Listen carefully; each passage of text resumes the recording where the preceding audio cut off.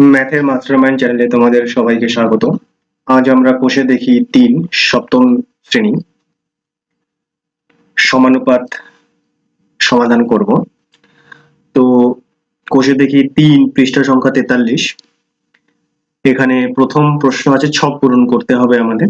যেমন এখানে 4টি সংখ্যার অনুপাত দেওয়া আছে। অনুপাতগুলো হলো 8, 10, 16, 20।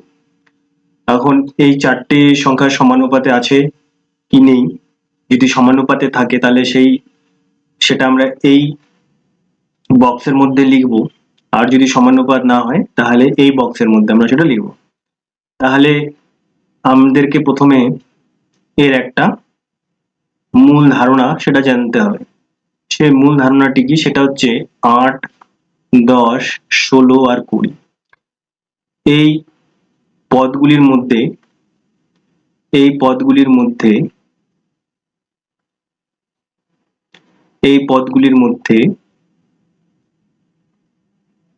প্রথম যে পদ আর শেষের যে পদ, এই দুটো পদকে বলা হয় প্রান্তীয় পদ।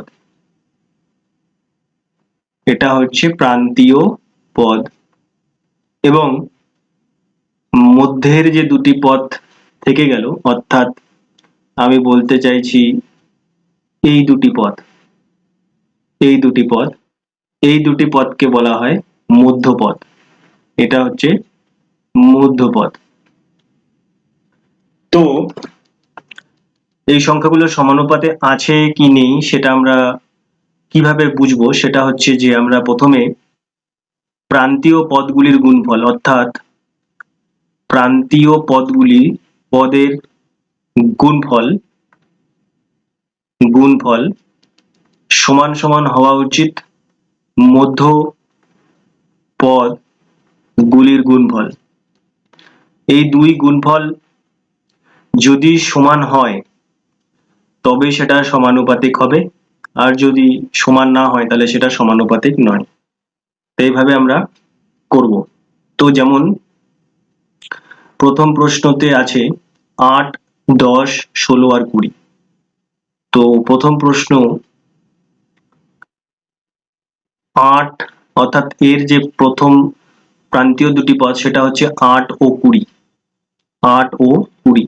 তো 8 আর 20 গুণফল সেটা হচ্ছে 160, তাই তো?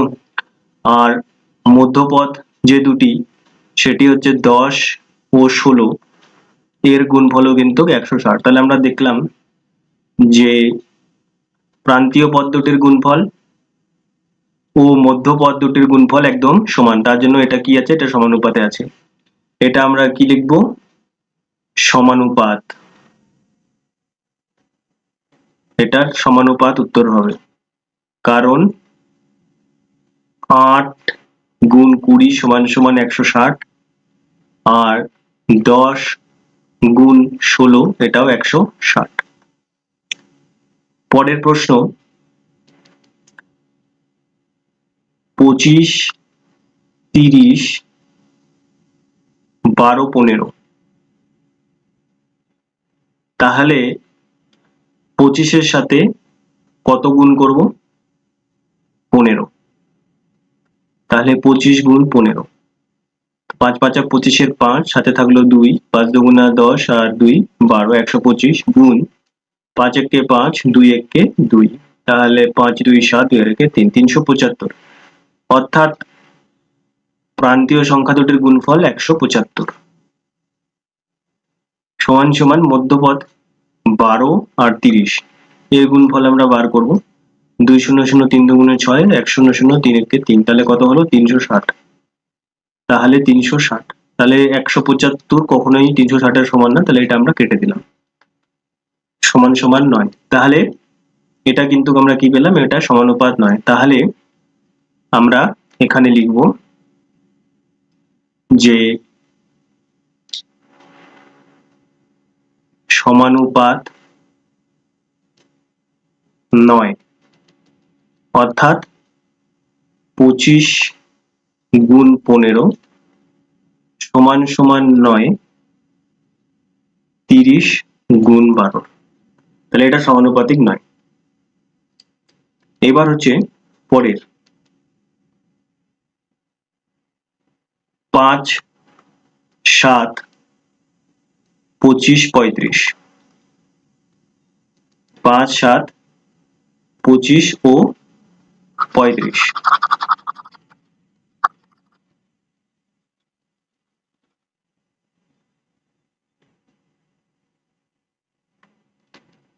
তাহলে 5-এর সাথে 35-কে গুণ করা যাক, কারণ এই দুটোই হচ্ছে প্রান্তীয় পদ। 5 5 25, 5 হাতে 2, 3 5 15, 2 সুতরাং 175, অর্থাৎ এখানে পেলাম 175। আর মধ্যপদ 25 আর 7, 5 7 35, 5 হাতে আছে 3, 7 2 14, 3 17, তার মানে 175 সমান সমান 175, মানে প্রান্তীয় পদ আর মধ্যপদের গুণফল সমান হলো। তাহলে এটা আমরা কি লিখবো? এটা সমানুপাত, এটা সমানুপাত। এবার হচ্ছে পরের কোশ্চেন।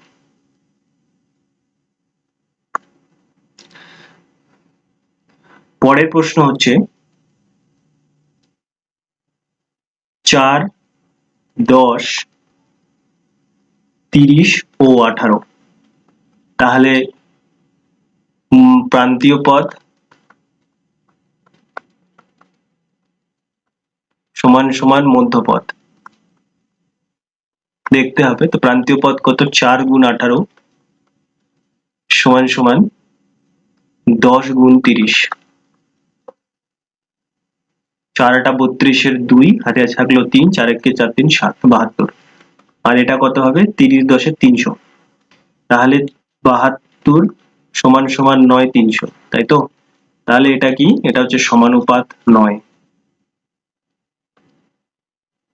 তাহলে এটা যে শেষের কলাম সেখানে আমরা বসাবো যেটা সমানুপাত 9, ঠিক আছে।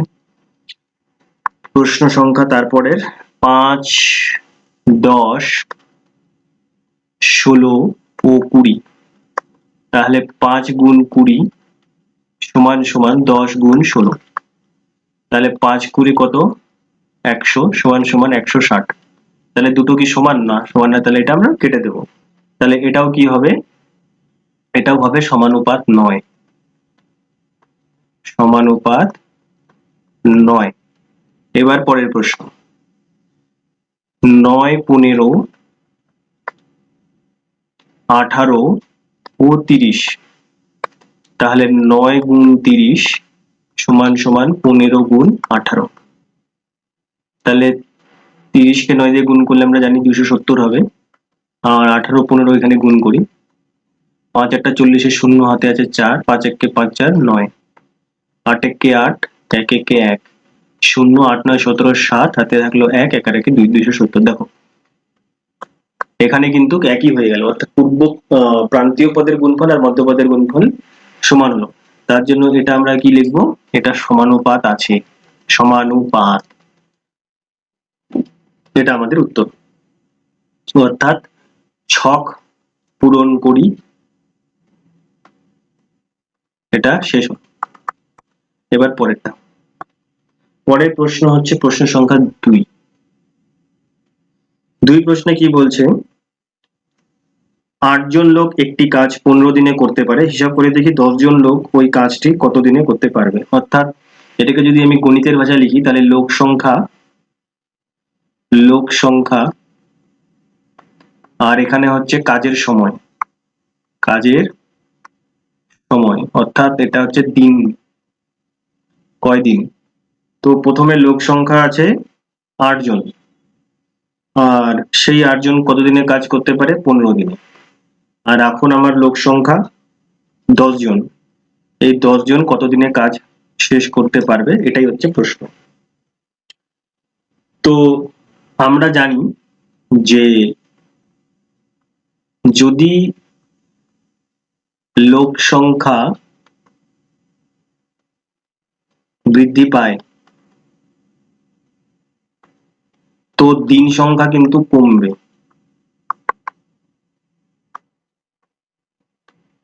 আর লোক সংখ্যা যদি হ্রাস পায় তাহলে কিন্তু দিন সংখ্যা বৃদ্ধি হবে। কেন? কারণ তাদের মধ্যে একটি ব্যস্তানুপাতের সম্পর্ক আছে। এই সম্পর্কটাকে কি বলে?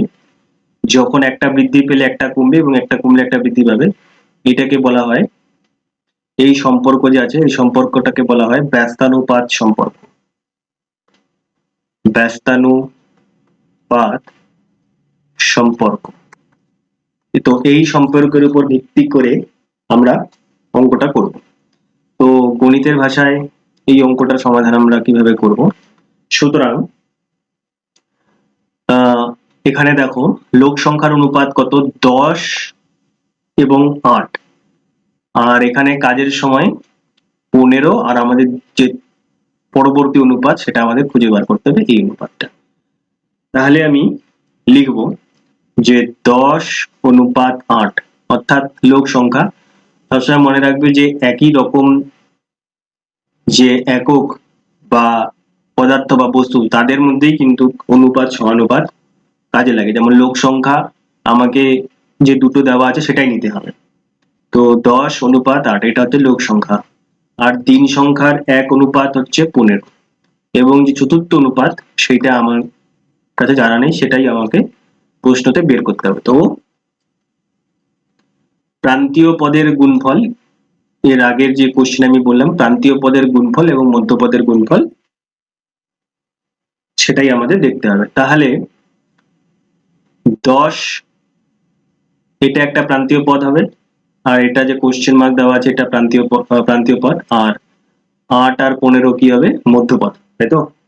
তাহলে দুটো পদের যদি গুণফল হয় তাহলে ধরে নিলাম আমি 10 গুণ, অর্থাৎ এই পদটা আমাদের জানা নেই, এটাই আমি এখানে লিখব, সমান সমান যে মধ্যপদ সেটা হচ্ছে কত? 8 গুণ 15, তাই তো? 8 গুণ 15। তাহলে আমি কি লিখব?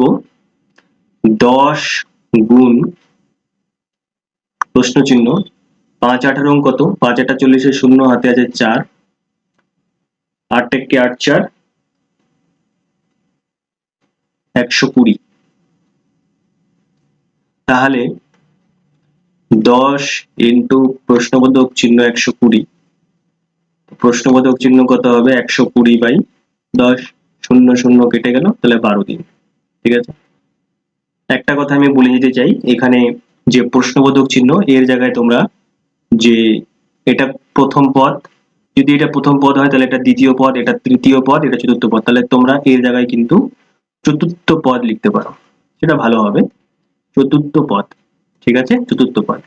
তাহলে এখানেও আমরা লিখব চতুর্থ পদ। তো চতুর্থ পদ হিসাবে আমাদের উত্তর এলো 12 দিন। তো এটাকে যদি আমি ঐকিক নিয়মে করতে চাই, ঐকিক নিয়মেও করতে পারি। তো আমি একটু ঐকিক নিয়মে একটা অঙ্ক দেখিয়ে দিই, বাদ বাকিগুলো আমরা যে নিয়মে শিখলাম সেই নিয়মে করবো। আমি একটা অঙ্ক ঐকিক নিয়মে দেখিয়ে দিই, বিকল্প পদ্ধতি। সেটা হচ্ছে 8 জন লোক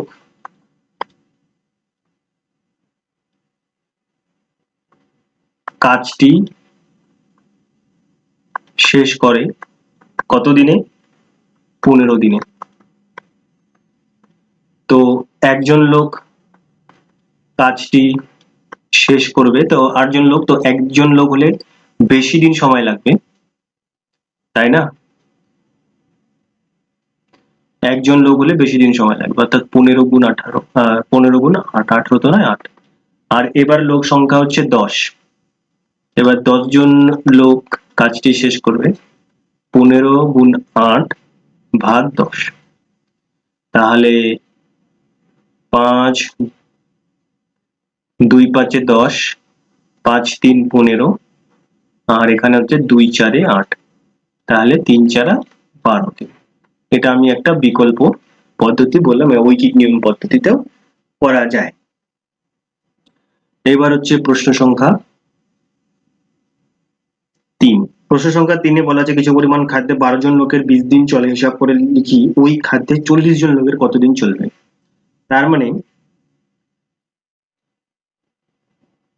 লোক সংখ্যা আর এখানে আছে দিন। তো লোক সংখ্যা হচ্ছে প্রথমে 12 জন লোক ছিল, সেই খাবার যায় 20 দিন, এবং এবার 40 জন লোক আছে, তো তার কতদিন যাবে। তো এইভাবে কিভাবে হিসাব করব, তো অনুপাত হিসাবে যদি আমরা লিখি, অর্থাৎ 40/12 সমান সমান 20 অনুপাত কত। গণিতের ভাষার সমস্যাটি হচ্ছে এটি। তো আমরা কি করব, এখানে চতুর্থ পদ যে আছে সেটা বার করার জন্য এটা 12 গুণ 20 ভাগ প্রথম পদ অর্থাৎ 40। তো 20 2 40, 2 6 12, তো 6 দিন আমরা উত্তর এর পেলাম। ঠিক আছে, তো সব সময় এই দুটো পদের গুণফল করতে হয় যদি ব্যস্তানুপাত সম্পর্ক থাকে, এবং আমাদের এটা বার করতে হবে, তার জন্য এই সংখ্যাটা দিয়ে, এই পদ দিয়ে সবসময় এটি ভাগ যায়। এইভাবেই আমরা চতুর্থ পদ বের করি। এই অঙ্কটিকেও চাইলে আমরা ঐকিক নিয়মে কিন্তু করতে পারি। এবার হচ্ছে প্রশ্ন সংখ্যা 4। অরুণবাবু তার কৃষি জমিতে 16টি লাঙল দিয়ে 10 দিনে সব জমি চাষ করিয়েছেন। ওই সব জমি 8 দিনে চাষ করতে চাইলে কতগুলো লাঙল দরকার। তাহলে জমি চাষের জন্য দিন সংখ্যা, জমি চাষের জন্য দিন সংখ্যা, আর এখানে লাঙল, কয়টি লাঙল দরকার ছিল।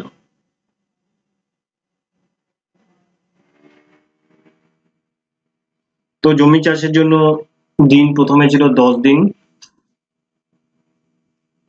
আর লাঙল ছিল 16টি। এবার হচ্ছে 8 দিনে চাষ করতে চাইলে, অর্থাৎ এখানে দেখো 10 দিনের জায়গায় কিন্তু এবার ওকে 8 দিনে জমি চাষ করতে হবে, তো স্বাভাবিকভাবে লাঙলের সংখ্যা কিন্তু বাড়াতে হবে। ঠিক আছে না, এখানেও কিন্তু ব্যস্তানুপাত সম্পর্ক আছে, মানে যদি দিন সংখ্যা বাড়ে তো লাঙলের সংখ্যা কমবে, যদি দিন সংখ্যা কমে তাহলে কিন্তু লাঙলের সংখ্যা বাড়াতে হবে। অর্থাৎ যদি অনুপাতের ভাষায় লিখি, সে একই কাজ, 8/10 সমান সমান 16 অনুপাত কত। তাহলে এটা এই অনুপাতের সাথে এই অনুপাত গুণ হবে, অর্থাৎ 8 অনুপাত মানে 8 গুণ চতুর্থ অনুপাত সমান সমান 10 গুণ 16। তো চতুর্থ অনুপাত কত হবে,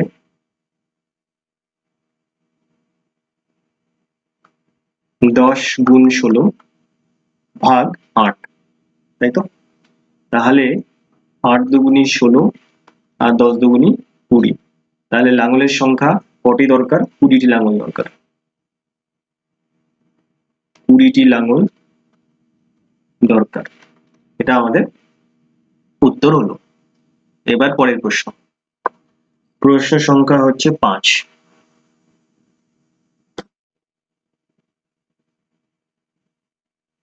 প্রশ্ন সংখ্যা 5, একটি বন্যাত্রাণ শিবিরে 4000 জনের 190 দিনের খাবার মজুদ আছে। 30 দিন পর 800 জন অন্যত্র চলে গেল, যারা রয়ে গেল তাদের অবশিষ্ট খাদ্যে আর কতদিন চলবে। তাহলে লোক সংখ্যা, প্রথমে হচ্ছে লোক সংখ্যা, আর এখানে হচ্ছে ওই লোক সংখ্যার কতদিনের খাবার অর্থাৎ দিন। তো প্রথমে লোক সংখ্যা হচ্ছে 4000 জন, 4000 জনের যায় কতদিন, অর্থাৎ 4000 জনের যায় 190 দিনের খাবার মজুদ আছে। কিন্তু এবার কি হলো, 30 দিন পর 800 জন অন্যত্র চলে গেল। তো 30 দিন পর 800 জন চলে গেল, তাহলে 400 - 800 তো বাঁচলো কতজন? এটা হবে 3200 জন। 400 থেকে 800 কে বিয়োগ করলে 3200 জন। আর 30 দিন পর, অর্থাৎ এখন আর 190 দিন নয়, এখন 30 দিন বিয়োগ হবে, কারণ 30 দিন চলে গিয়েছে, তাহলে বাকি থাকলো কতদিন? 160 দিন, তাই তো 160 দিন। তাহলে 3200 জনের 160 দিন, ওই 4000 অবশিষ্ট খাদ্যে তাদের আর কতদিন চলবে, আমাদের এটাই বের করতে হবে। তো এখানেও কিন্তু যে সম্পর্কটা আছে সেটা ব্যস্তানুপাত, অর্থাৎ যদি লোক সংখ্যা কমে তাহলে সেই খাবার স্বাভাবিকভাবে অনেক বেশি দিন চলবে, আর যদি লোক সংখ্যা বৃদ্ধি পায় তাহলে কিন্তু খাবার ফুরিয়ে যাবে খুব তাড়াতাড়ি।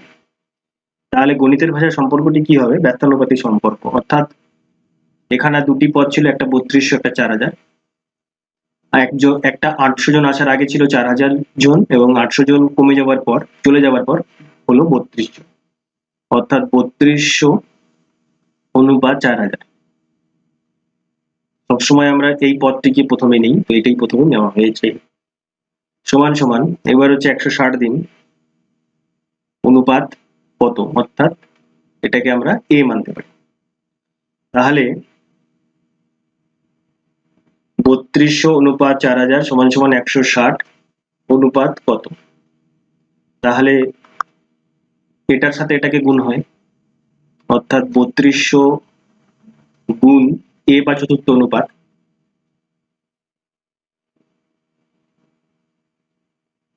আর এই দুটোকে গুণ হয় 4000 আর 160, 160। তাহলে চতুর্থ অনুপাত এবার আমাদের বের হবে, চতুর্থ অনুপাত আমাদের বের হবে। চতুর্থ অনুপাত কিভাবে বের হবে? গুণফল কত ছিল? 4000 গুণ 160, তাহলে 4000 গুণ 160, আর ভাগ করতে হবে 3200 দিয়ে, 3200। তাহলে আমরা কাটাকুটি করব, 0 0 0 0, 16 দুগুণী 32, আর 2 20, আর এর একটা 0, অর্থাৎ 200 দিন। আমরা উত্তর কত পেলাম? 200 দিন। তাহলে আমরা স্বাভাবিকভাবেই প্রশ্নের উত্তরে লিখব যে সুতরাং অবশিষ্ট খাবার তাদের কতদিন চলবে। সুতরাং অবশিষ্ট খাবারে তাদের 200 দিন চলবে, এটা আমাদের উত্তর আমরা পেলাম। এবার পরের প্রশ্ন, প্রশ্ন সংখ্যা 6। প্রশ্ন সংখ্যা 6 বলেছে, 3টি ছাতা বা একটি চেয়ারের দাম 600 টাকা, 2টি ছাতা ও 2টি চেয়ারের দাম কত হবে হিসাব করুন। অর্থাৎ একটি হচ্ছে ছাতা, আর এর একটা হবে দাম।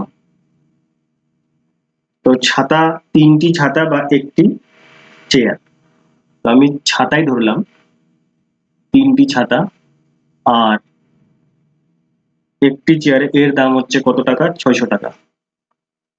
আর 2টি ছাতা বা 2টি চেয়ার বা আছে 2টি ছাতা, এর দাম কত? গণিতের ভাষায় সমস্যাটা এটা। তো আমরা জানি প্রশ্ন অনুযায়ী এখানে দেওয়া আছে, আমি কেন এটা নিলাম, কারণ লেখা আছে যে 3টি ছাতা বা একটি চেয়ার। 3টি ছাতা নাও অথবা একটি চেয়ার নাও, একই ব্যাপার, একটি চেয়ার এর দাম সমান। আবার এটাও বলেছে যে 2টি ছাতা সমান সমান 3টি ছাতা বা একটি চেয়ার। আচ্ছা, এই ছাতা আর একটি চেয়ারের এই দামের সমানুপাতিকই আছে, আর আমাদের খুঁজে বের করতে হবে 2টি ছাতা অথবা 2টি চেয়ারের দাম। তো আমরা ছাতাটাই নিব। তো এবার গণিতের ভাষায় সমস্যাটা আমরা লিখে নিলাম। তাহলে এবার অনুপাতিক হিসাবে সমস্যাটা কি হবে? অনুপাতিক হিসাবে যে সমস্যাটা হবে সেটা হচ্ছে, এটা কিন্তু সরল অনুপাত। যখন দাম হয় দামটা বেশিরভাগ সময় বা সব সময় সরল অনুপাতে থাকে। সরল অনুপাত মানে কি? মানে ধরো আমি একটি চেয়ার যদি আমি 300 টাকায় কিনি, তাহলে দুটি চেয়ার 600 টাকা, সেরকমই তিনটি চেয়ার 900 টাকা, সেরকম চারটি চেয়ার 1200 টাকা। তার মানে কি? তার মানে চেয়ারের সংখ্যাও বৃদ্ধি হচ্ছে, তো আমার দামও বৃদ্ধি হচ্ছে। এটাকেই বলা হচ্ছে সরল অনুপাত, অর্থাৎ একটি বৃদ্ধি পেলে একটি বৃদ্ধি পাবে, এটাকেই বলা হয় সরল অনুপাত, তাই না? এটাকেই বলা হচ্ছে সরল অনুপাত। তো যখনই জিনিসের দাম এই সরল অনুপাতে থাকে, তো তখন আমরা কি করি? তখন 3:8, তো দাম ছিল 600 টাকা, আর এক অনুপাত কত? তো এখানেও এই পদের সাথে এই পদ গুণ হবে, অর্থাৎ চতুর্থ পদ, তাহলে 3 গুণ চতুর্থ পদ সমান সমান 8 গুণ 600। সুতরাং চতুর্থ পদ সমান সমান 8 গুণ 600 কে ভাগ করব 3 দিয়ে, সমান সমান 3 কে 600 দিয়ে ভাগ করলে 200, আর 200 কে গুণ করব 8 দিয়ে, তো কত হবে? 1600 টাকা। তো দুটি ছাতা ও দুটি চেয়ারের দাম 1600 টাকা।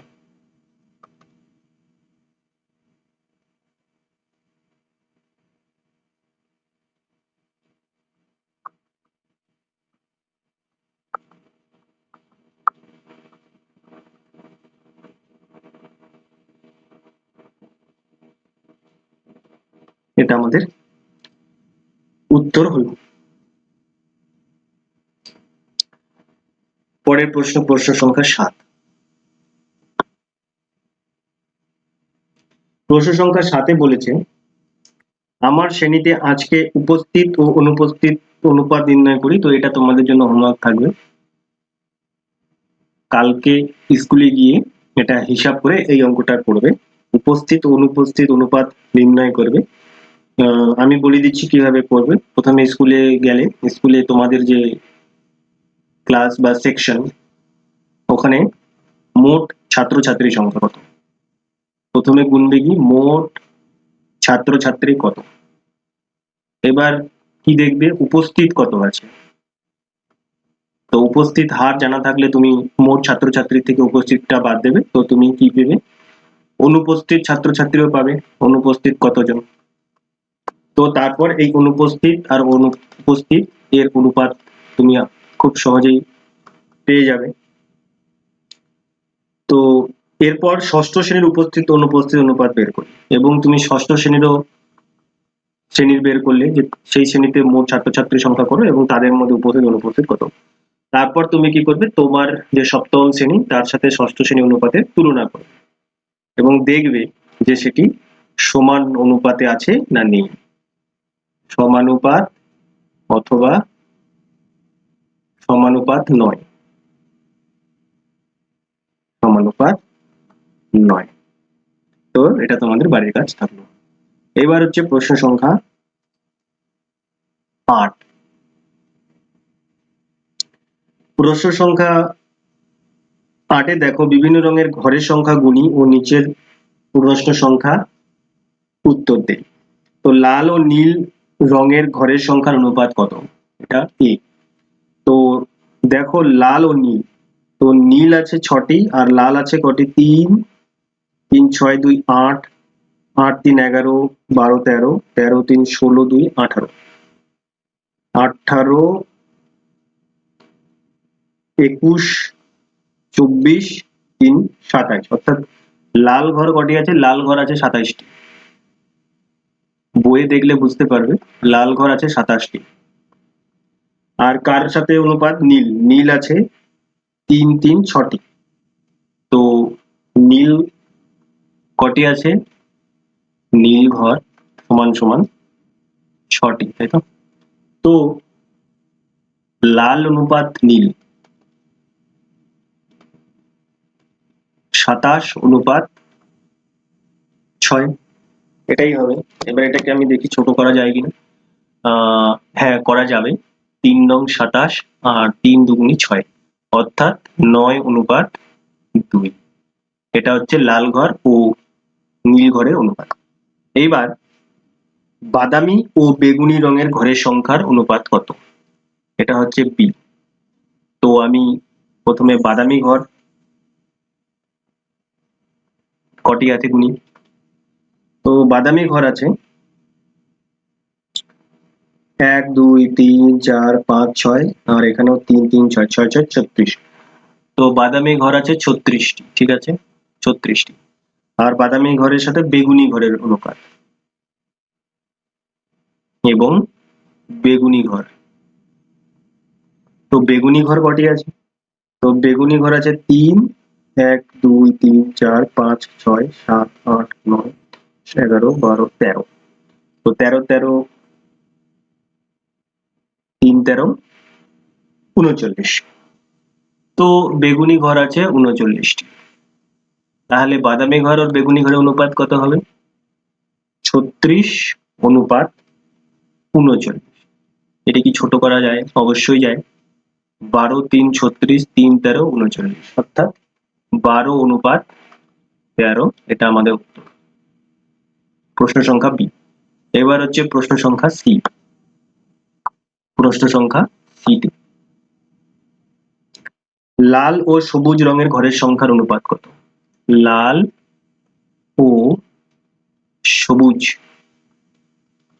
তো লাল ঘর আমরা আগেই বের করেছিলাম 27টি, আর সবুজ ঘরের অনুপাত হচ্ছে 3 3 6 3 9 3 12 3 15 3 18, অর্থাৎ 18টি।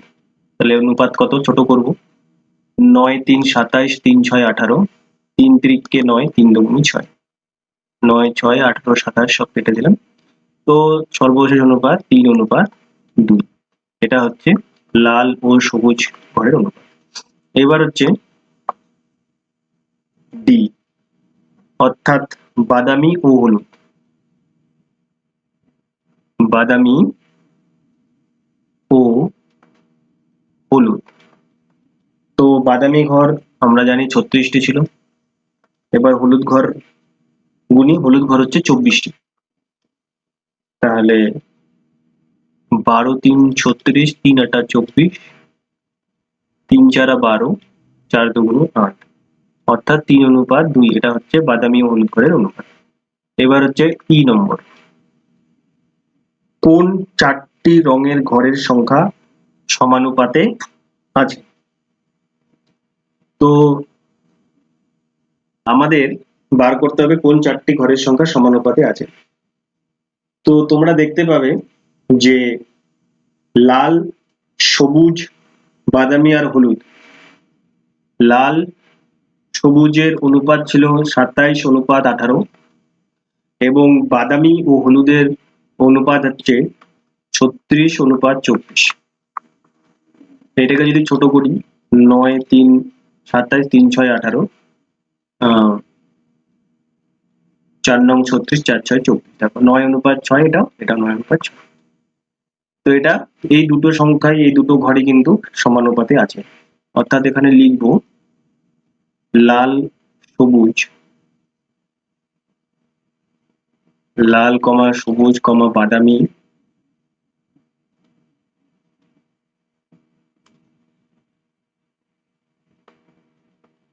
কমা হলুদ সমানুপাতে আছে।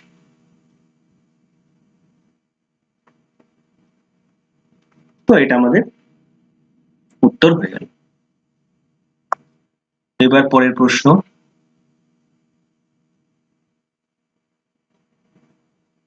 প্রশ্ন সংখ্যা হচ্ছে 9। 9 বলছে দুটি শরবতে সিরাপ ও জলের অনুপাত 2 অনুপাত 5 ও 6 অনুপাত বেশি, কোনটা বেশি মিষ্টি দেখি আমাদের এটা বের করতে হবে। অর্থাৎ প্রথম শরবত,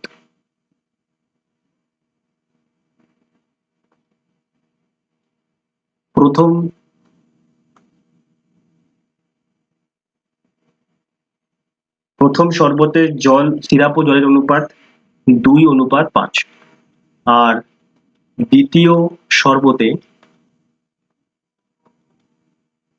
জল ও সিরাপের অনুপাত 6:10। তো এখানে যদি আমি এটাকে ছোট করি, 3 দুগুণে 6, তো 3:5। তাহলে দুটো অনুপাত পেলাম, একটা হচ্ছে 2:5 ও 3:5, তাই না? তো এখানে বড়কে অবশ্যই 3:5 বড়, কারণ 3:5 গ্রেটার দেন 2:5, কারণ অবশ্যই 3 বড়। তো আমরা কি লিখবো, অর্থাৎ দ্বিতীয় শরবত বেশি মিষ্টি।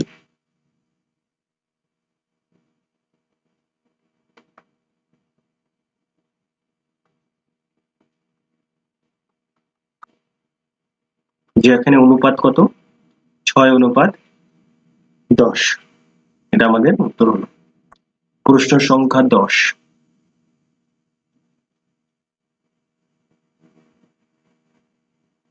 এটা খুব গুরুত্বপূর্ণ অঙ্ক, ভেরি ভেরি ইম্পর্টেন্ট, পরীক্ষাতে প্রায়ই আসে। জল জমে বরফ হলে আয়তনের 10% বাড়ে, কিছু পরিমাণ জল ও তা থেকে বরফের আয়তনের অনুপাত কত লিখি। তো প্রথমে জলকে ধরে নাও 100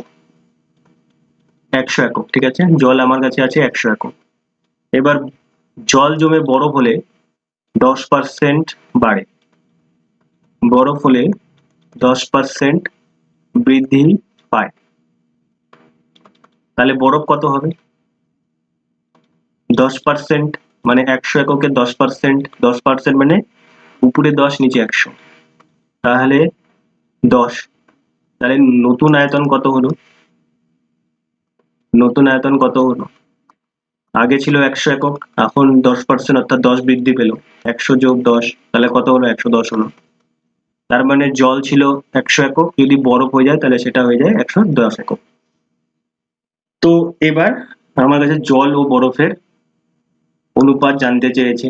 তো জল ছিল 100 একক, বরফ হয়ে যাওয়ার পরে এটা হয়ে গেল 110 একক। এর অনুপাত কত হবে? এই শূন্য যদি আমি কেটে দিই, 10:11, এটাই আমার হয়ে যাবে উত্তর। পরের প্রশ্ন সংখ্যা 11। আমার বয়স 12 বছর ও আমার বাবার বয়স 42 বছর, দুজনের বয়সের অনুপাত কত? খুবই সোজা। আমার বয়স অনুপাত বাবার বয়স সমান সমান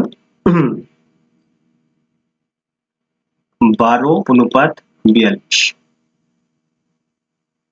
তো 2 6 12, 6 7 42। তো উত্তর কত হবে? 2:7। এটাই আমার বয়স ও আমার বাবার বয়সের অনুপাত। প্রশ্ন সংখ্যা 12। প্রীতমের গল্পের বই ও পড়ার বইয়ের অনুপাত 2.5। গল্পের বই 4টি হলে পড়ার বই কতগুলো হিসাব করি। তো আমি লিখব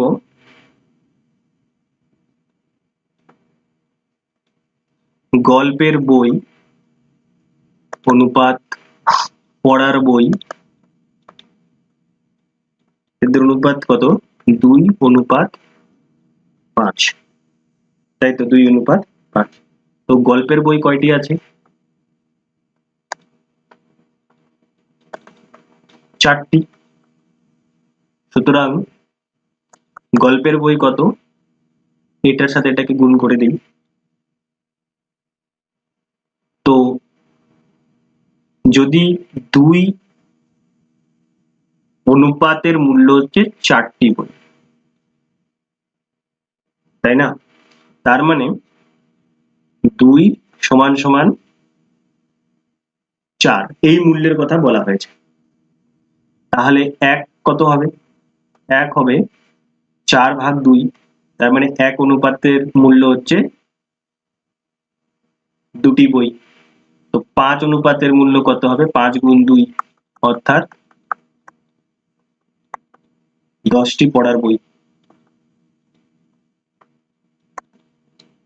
এভাবে হিসাব করতে হবে। এর মিনিং, এর যে অর্থ সেটা কি, সেটা আমি বলছি আরেকবার, ভালো করে শোনো। সেটা হচ্ছে, দেখো, অনুপাত যে থাকে না, এই যে এখানে যে অনুপাত আছে, অনুপাত কিন্তু যে আসল মূল্য সেটা কিন্তু কখনোই নির্দেশ করে না। আসল মূল্য কিন্তু নয়, ঠিক আছে? এটা শুধুমাত্র তুলনামূলক মূল্য, তুলনামূলক। অর্থাৎ গল্পের বই আর পড়ার বইয়ের অনুপাত 2:5, কিন্তু এর মানেটা এটাই কখনোই নয় যে ওর কাছে দুটো পড়ার বই আছে, দুটো গল্পের বই আছে আর 5টি পড়ার বই আছে, না, এটা মানে না। এটা শুধুমাত্র অনুপাত। এই অনুপাতের ওপর ভিত্তি করে কোনো বইয়ের সংখ্যা দেওয়া থাকতে পারে। যেমন গল্পের বইয়ে অনুপাত হিসাবে কত ছিল 2, কিন্তু আসলে ওর বই কটি ছিল? 4টি। তার মানে 2 অনুপাত সমান হয় 4টি বই। তো 1 অনুপাতের মূল্য কত বেরোবে? 4কে 2 দিয়ে ভাগ করলে 2টি। তার মানে আমি এই অনুপাতে যে 1 অনুপাত তার মূল্য কটি বই ছিল? 2টি। এটা আমি বের করে ফেললাম। আর আমার কাছে চেয়েছে পড়ার বইয়ের অনুপাত। পড়ার বইয়ের অনুপাত হিসাবে কত? 5টি। 1 অনুপাতের মূল্য 2, তো 5 অনুপাতের মূল্য কত হবে? স্বাভাবিকভাবে 5 গুণ 10, 5 গুণ 2 তো 10। এটা আমার কিন্তু 10টি গল্পের বই, পড়ার বই হয়ে যাবে। তো 10টি পড়ার বই, এটা আমার। এবার হচ্ছে প্রশ্ন সংখ্যা 13। প্রশ্ন সংখ্যা 13 বলছে, মালা গাঁথার জন্য জবা ও গাঁদা ফুল মিলিয়ে মোট 105টি ফুল তোলা হয়েছে। জবা ও গাঁদা ফুলের সংখ্যার অনুপাত 3:4 হলে কতগুলো জবা ফুল ও গাঁদা ফুল আছে হিসাব করি, আর কতগুলো জবা ফুল দিলে 2 রকম ফুলের সংখ্যার অনুপাত কি সমান হবে? খুবই সোজা অঙ্ক। মোট ফুল কত? 105টি। আর জবা ও গাঁদা ফুলের অনুপাত, জবা ও গাঁদা ফুলের অনুপাত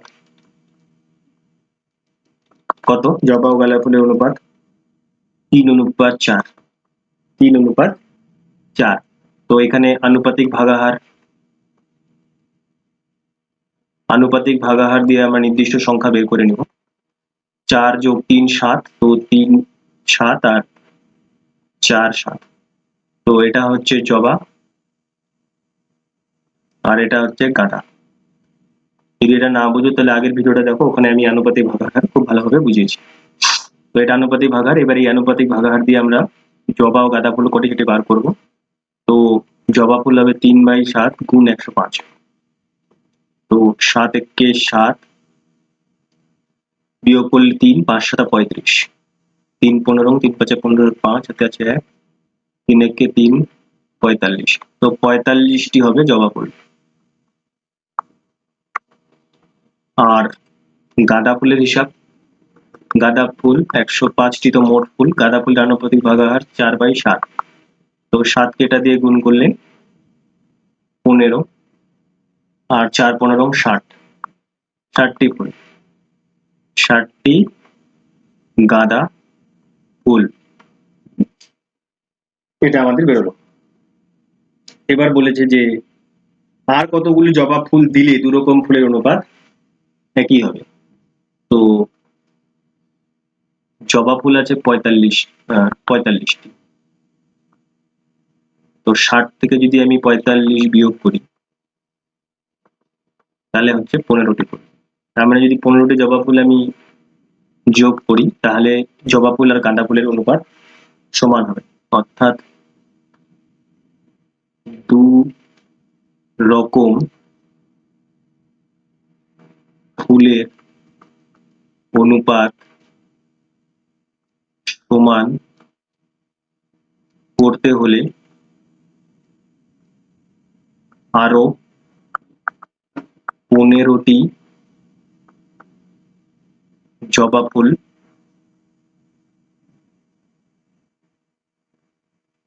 দিতে হবে। এটা আমাদের উত্তর হলো।